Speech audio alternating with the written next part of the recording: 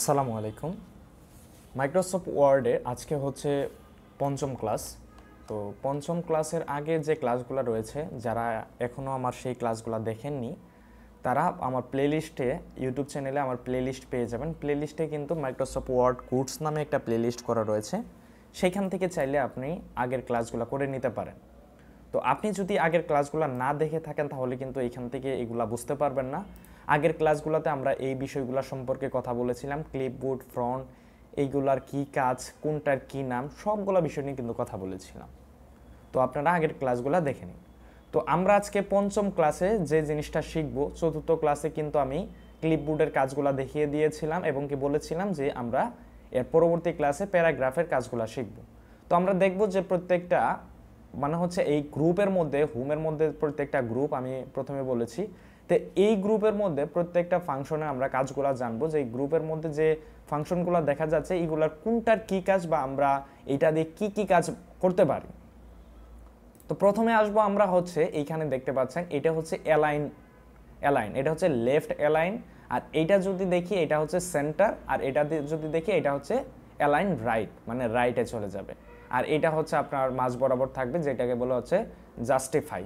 তো দেখেন প্রত্যেকটা আমি কার্সরটা যদি রাখি তাহলে কিন্তু এখানে কিবোর্ডের আমরা কি শর্টকাট ব্যবহার করতে পারি, এখানে কিন্তু দেখা যায় যে Ctrl+L। যদি আমরা Ctrl+L দেই তাহলে কিন্তু আমাদের এইখান থেকে সিলেক্ট করতে হবে না, সরাসরি এই অ্যালাইন লেফটটা কিন্তু সিলেক্ট হয়ে যাবে। আর যদি এইখান থেকে আমরা Ctrl+E ব্যবহার করি তাহলে কিন্তু আমাদের এইখানে সেন্টারটা ব্যবহার হবে, এবং কি আমরা যদি এইখান থেকে Ctrl+R ব্যবহার করি তাহলে কিন্তু রাইট অ্যালাইনটা সিলেক্ট হয়ে যাবে। আর এইখান থেকে যদি আমরা Ctrl+J ব্যবহার করি তাহলে কিন্তু জাস্টিফাই হয়ে যাবে। তো এখন আমরা প্রথমটা দেখতে চাচ্ছি, তো এইটার কাজ কি। আমরা সচরাচর লেখা যেভাবে শুরু করি, যে দেখেন আমি যদি এইটা মার্ক করে দেই, সিলেক্ট করে নেওয়ার পর আমরা যদি এই অ্যালাইনটা যদি ক্লিক করি, দেখেন এইখানে ক্লিক করলে সচরাচর আমরা যখন লেখা শুরু করি তখন কিন্তু আমাদের ফার্স্টে এই লেফট অ্যালাইন থেকে কিন্তু শুরু হয়। দেখেন আমি যদি এখানে কোনো কিছু টাইপ করি বা এখান থেকে কোনো কিছু টাইপ করি তাহলে কিন্তু আমাদের এই লেফট অ্যালাইন থেকে কিন্তু শুরু হয়ে যাচ্ছে। তো এইটা তো আমরা জানি বা এইটা তো আমরা বুঝতে পারলাম। তাহলে এইটার কাজ কি? এইটা হচ্ছে সেন্টার, মানে হচ্ছে মাঝ বরাবর চলে যাবে। এই যে এইটা দেখেন, আমি যখন এটা সিলেক্ট করব, আমি এটা কি অ্যালাইন নিয়েছিলাম, এটা কিন্তু আমি সেন্টার অ্যালাইন নিয়েছিলাম। যদি আমরা এখানে কোনো কিছু লিখি, ধরুন আমি এখানে লিখলাম রিপু নামটা লিখলাম, তো এইটা যখন আমরা সিলেক্ট করব, তো আগেই বলছি যে আপনারা যখন যে ওয়ার্ডটা নিয়ে কাজ করতে যাবেন বা যেটা নিয়ে কাজ করতে যাবেন সেটা কিন্তু অবশ্যই আগে সিলেক্ট করে নিতে হবে যে আপনি কোনটা কাজ করতে চাচ্ছেন। আমি যেহেতু শুধুমাত্র এই রিপুটা কাজ করতে যাচ্ছি, এইটা আমরা সিলেক্ট করে নেওয়ার পর আমরা যদি এইখানে সেন্টারে ক্লিক করি তাহলে কিন্তু আমাদের এটা মাঝ বরাবর চলে যাচ্ছে। দেখতে পাচ্ছেন এটা কিন্তু আমাদের মাঝ বরাবর চলে যাচ্ছে। আমরা যত কিছু লিখি না কেন এটা কিন্তু মাঝ বরাবরই থেকে যাবে। তো আমরা এই জিনিসটা বুঝলাম। তবে আমরা যদি এটা না সিলেক্ট করি তাহলে কিন্তু আমাদের এটা মাঝ বরাবর আসবে না। দেখেন আমি যদি এইটা মাঝ বরাবরের জন্য এইটা সিলেক্ট করে রাখি, আমি সেন্টারে ক্লিক করলাম, সেন্টারের জন্য যেখানে যাওয়া দরকার আমি কিন্তু সেইখানেই আমার এই লেখাটা কিন্তু চলে যাচ্ছে। আমি Ctrl+Z দিয়ে আমি আবার আগের জায়গায় ফিরে গেলাম। তো আমরা এই দুইটার কাজ কিন্তু জানতে পারলাম। এরপর হচ্ছে এইটার কাজ কি, অ্যালাইন রাইট। আমরা লেফটটা দেখেছি, এরপর হচ্ছে সেন্টারটা দেখেছি, এখন দেখবো হচ্ছে রাইট মানে কি। তাহলে আমরা তো প্রথমে করেছিলাম যে আমাদের লেফটে চলে গেছে, তার মানে এখান থেকে শুরু হয়েছে, আর রাইটে ক্লিক করলে আমাদের কিন্তু এইখান থেকে শুরু হবে। তো আমরা দেখি একটু, আমরা এটা সিলেক্ট করে নিলাম, নেওয়ার পরে যদি অ্যালাইন রাইটে ক্লিক করি তাহলে কিন্তু আমাদের এইখান থেকে শুরু হয়ে যাচ্ছে বা এখানে কিন্তু যাচ্ছে। তো এগুলো আমাদের কখন প্রয়োজন হয়, যেমন হচ্ছে আপনি ধরেন ডেট লিখবেন, DAT, তো বেশিরভাগ কিন্তু ফরম্যাটের মধ্যে ডেটটা কিন্তু রাইট সাইডে থাকে। তো সেই ক্ষেত্রে আপনি এটা ব্যবহার করতে পারেন। আর যদি আপনার মনে হয় যে না এটা আপনি এইখান থেকে শুরু করবেন, এই লেখাটা এইখান থেকে শুরু করতে চাচ্ছেন, এটা এখান থেকে শুরু করতে পারেন। আপনাদের যেটা যেভাবে ভালো লাগে আপনারা চাইলে সেটা সেইভাবে করে নিতে পারেন। তো তাহলে আমরা এই তিনটা জিনিসের কাজ কিন্তু ভালোভাবে বুঝতে পেরেছি। তো যদি কারো কোনো কোশ্চেন থেকে থাকে অবশ্যই কিন্তু আমাকে কমেন্ট বক্সে জানাবেন। আমি চেষ্টা করব যে সেগুলো নিয়ে আবার আরেকটা ভিডিও নিয়ে আসার জন্য, যে কার কি সমস্যা ছিল বা করতে পারছিলেন না, তো অবশ্যই কমেন্ট করে জানাবেন।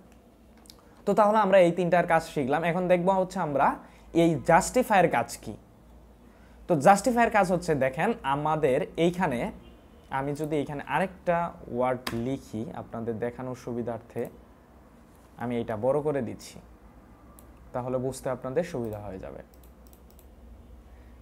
দেখেন এইখানে এই ফাংশনটা আবারও দেখাচ্ছি,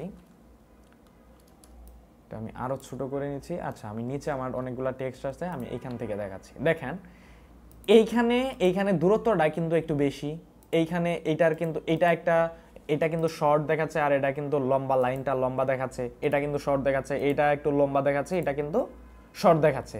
তো আমরা চাচ্ছি যে প্রত্যেকটা ওয়ার্ড যেন এইখান থেকে একদম সিরিয়াল বাই সিরিয়াল থাকে। আমি যদি এইখান থেকে রুলারটা ধরি,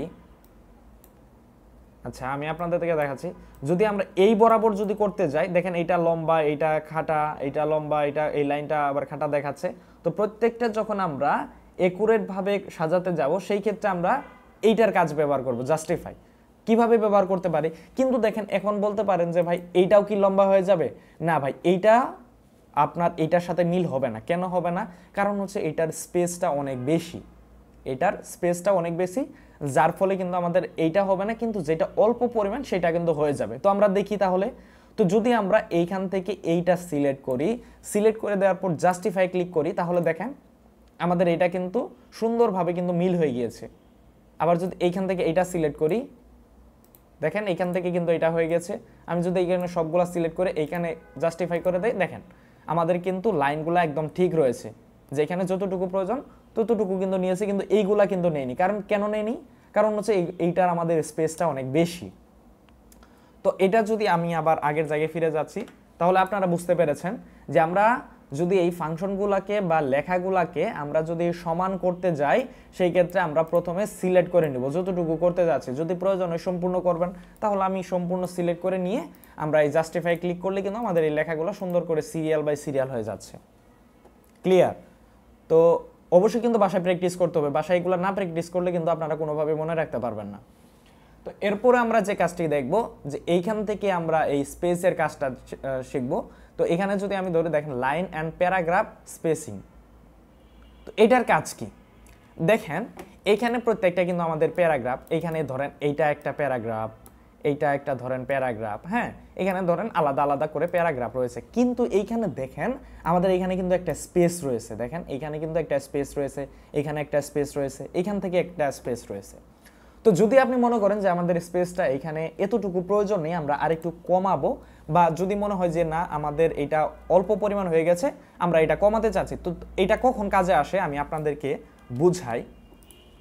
আমি এইখানে এইটা কপি করে দিচ্ছি, আচ্ছা আমি এইটাতেই বোঝাই। দেখেন, তো আপনার ক্লায়েন্ট আপনাকে বলেছে যে আমাদের এই লেখাগুলা, মানে হচ্ছে ধরেন আপনাকে ক্লায়েন্ট এতগুলা ফ্রন্ট দিয়েছে, দিয়ে বলেছে যে আপনাকে A4 এর মধ্যেই এই ফ্রন্টগুলা রাখতে হবে, কিন্তু এটা যেন দ্বিতীয় পেজে না যায়, মানে হচ্ছে একটা পেজে যেন রাখেন, আপনি দ্বিতীয় পেজে যাবেন না। কিন্তু আবার এইটাও বলেছে যে ফ্রন্ট চেঞ্জ করবেন না, ফ্রন্টের সাইজ চেঞ্জ করবেন না, হ্যাঁ কোনো কিছু চেঞ্জ করবেন না, আর বাকি চাইলে আপনি সবগুলা করে নিতে পারেন। তখন আমরা কি ব্যবহার করব? তখন আমরা চাইলে, আমি এইখান থেকে আরেকটু ওয়ার্ড কেটে দিচ্ছি, আচ্ছা ওয়েট, আমি আবারও আগের জায়গায় যাচ্ছি, আচ্ছা এটা আমি আবারও পেস্ট করে দিচ্ছি। তখন কিন্তু আমরা এইভাবে কাজগুলো করে নিতে পারি, তাহলে কিন্তু ক্লায়েন্টও সন্তুষ্ট হবে এবং কি আপনি কাজগুলো কিন্তু সুন্দরভাবে করতে পারবেন। তো দেখেন এইখানে কিন্তু আমার এই লেখাগুলা কিন্তু নিচে নিচে চলে গেছে, মানে হচ্ছে অন্য পেজে কিন্তু চলে গেছে। তো তখন আমরা এই স্পেসিং এর কাজগুলা করতে পারি। তো এইটার কাজ আমরা এখন দেখি। দেখেন প্রত্যেকটা স্পেস কিন্তু অনেক বেশি, লাইনের গ্যাপগুলা কিন্তু অনেক বেশি।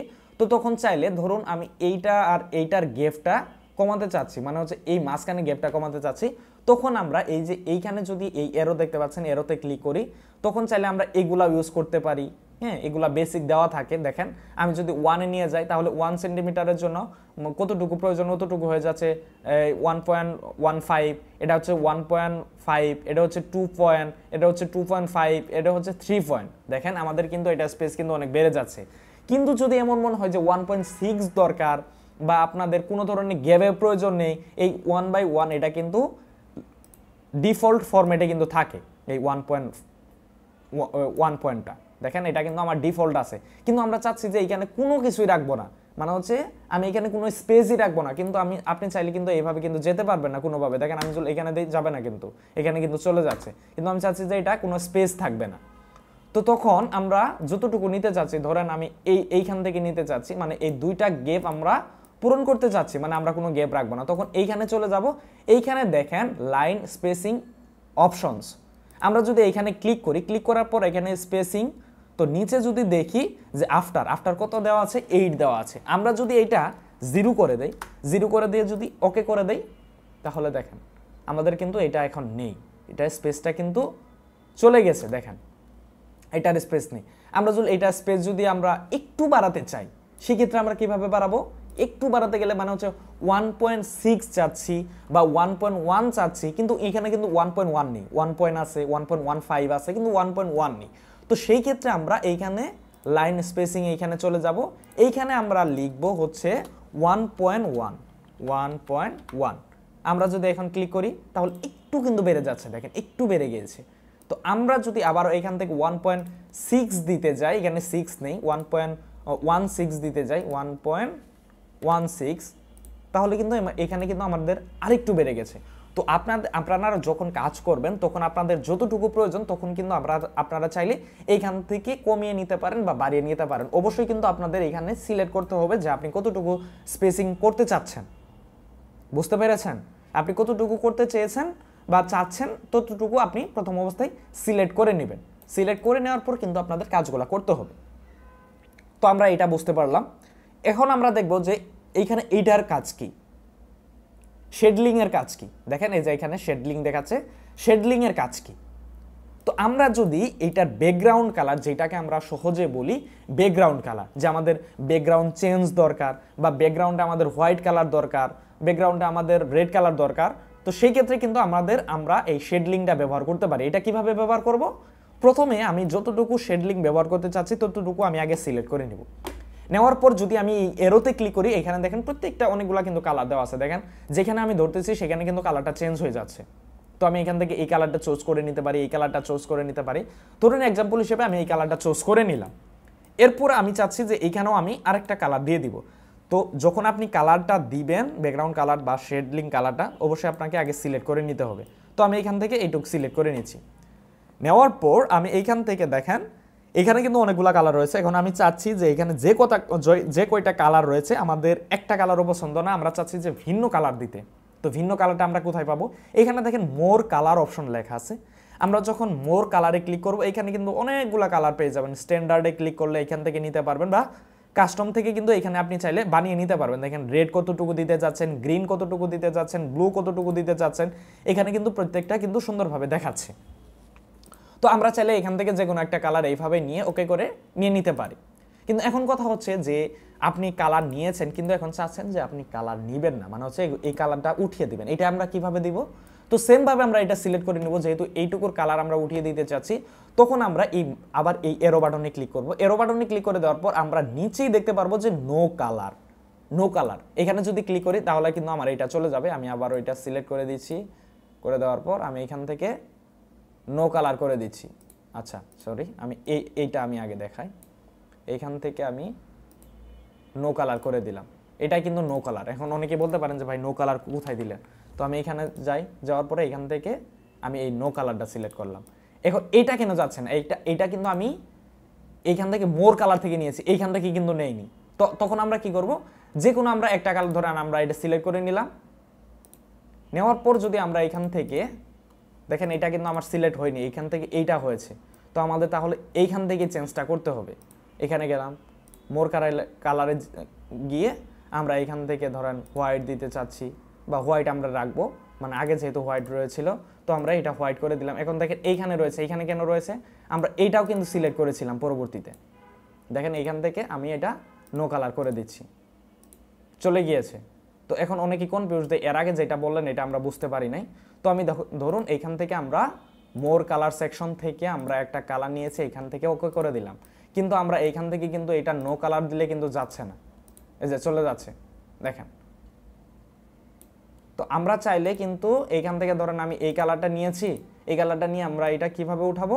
আমরা এখানে সিলেক্ট করে এখানে নো কালার দিয়ে দেবো। এখানে নো কালার দেওয়ার সাথে সাথে কিন্তু আমাদের এটা চলে গিয়েছে।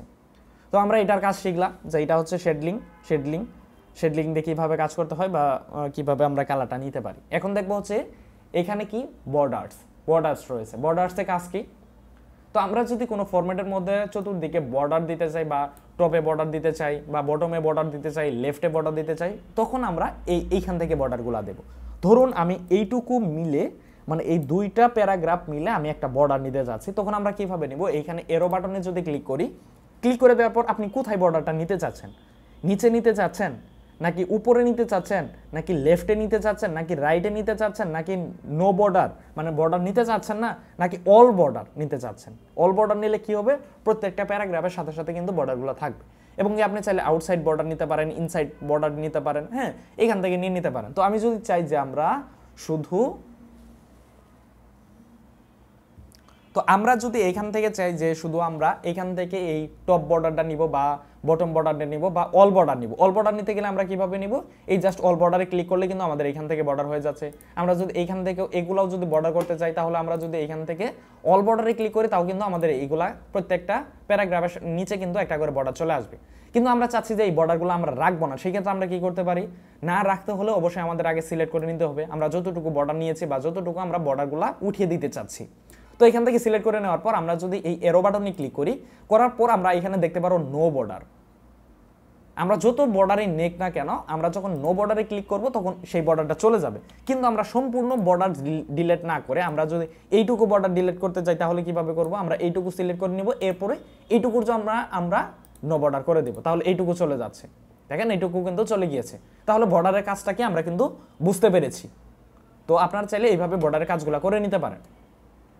এরপরে আসবো হচ্ছে এখানে কি, এখানে হচ্ছে বুলেটসের কাজ কি, এই বুলেটসগুলা কিভাবে কাজগুলা করে আমরা এটা দেখব। তো আমি এটার জন্য আগে একটা ফরম্যাট সাজিয়েছি, আপনাদেরকে আমি ওইটা দেখাচ্ছি।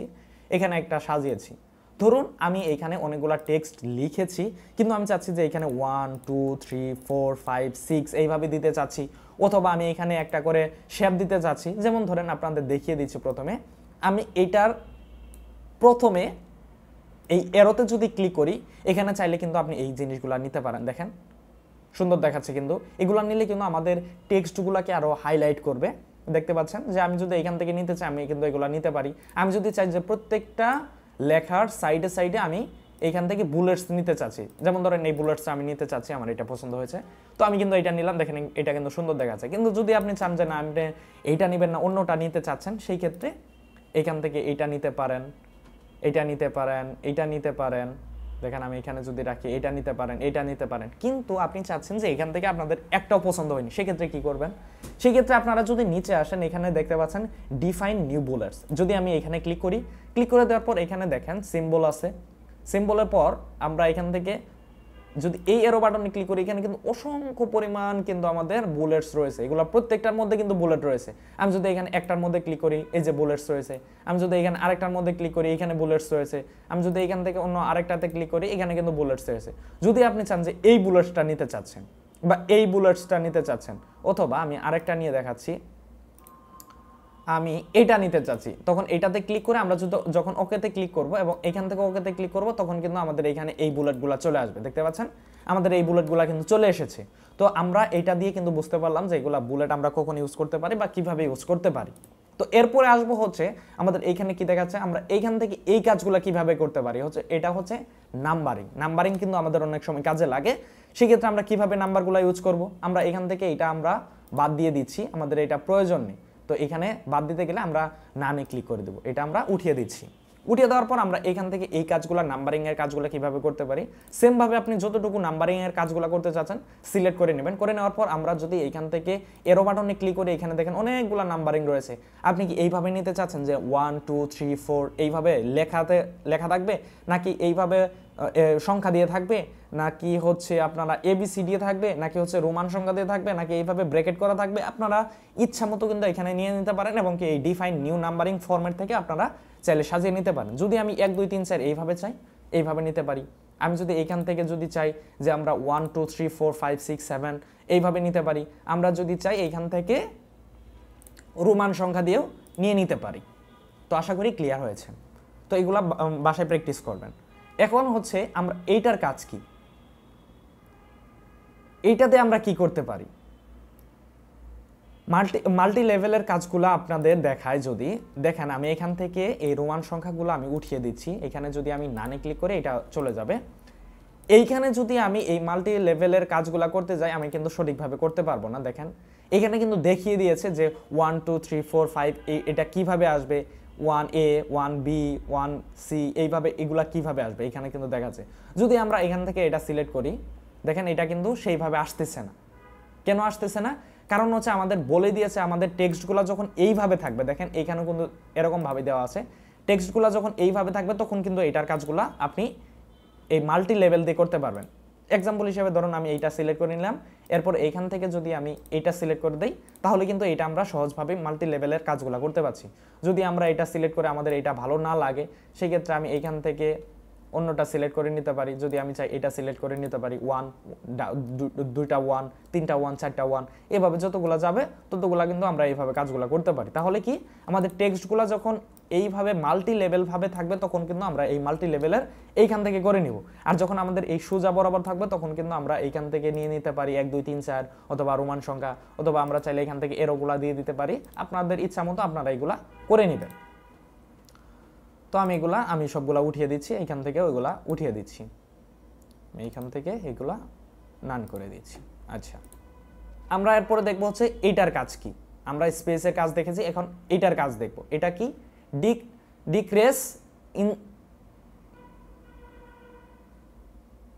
ডিক্রেস ইনডেন্ট আর এটা হচ্ছে ইনক্রেস ইনডেন্ট। তো ডিক্রেস ইনডেন্ট আর ইনক্রেস ইনডেন্টের কাজ কি আমরা এটা আগে ছোট করে দেই। ছোট করে দেওয়ার পর এখন আপনি চাচ্ছেন যে এটা ডিক্রেস করবেন। ডিক্রেস যদি করতে যাই দেখেন আমি প্রথমে এটা সিলেক্ট করে নিব, নেওয়ার পরে যদি আমি ইনক্রেসে ক্লিক করি আমাদের লেখাটা কিন্তু ওই দিকে চলে যাচ্ছে। আমি যদি ডিক্রেসে ক্লিক করি আমাদের এটা কিন্তু এদিকে চলে আসতেছে। তো এটা আমরা কখন ব্যবহার করব এটা আমি আপনাদেরকে বলে দিচ্ছি। যখন আপনার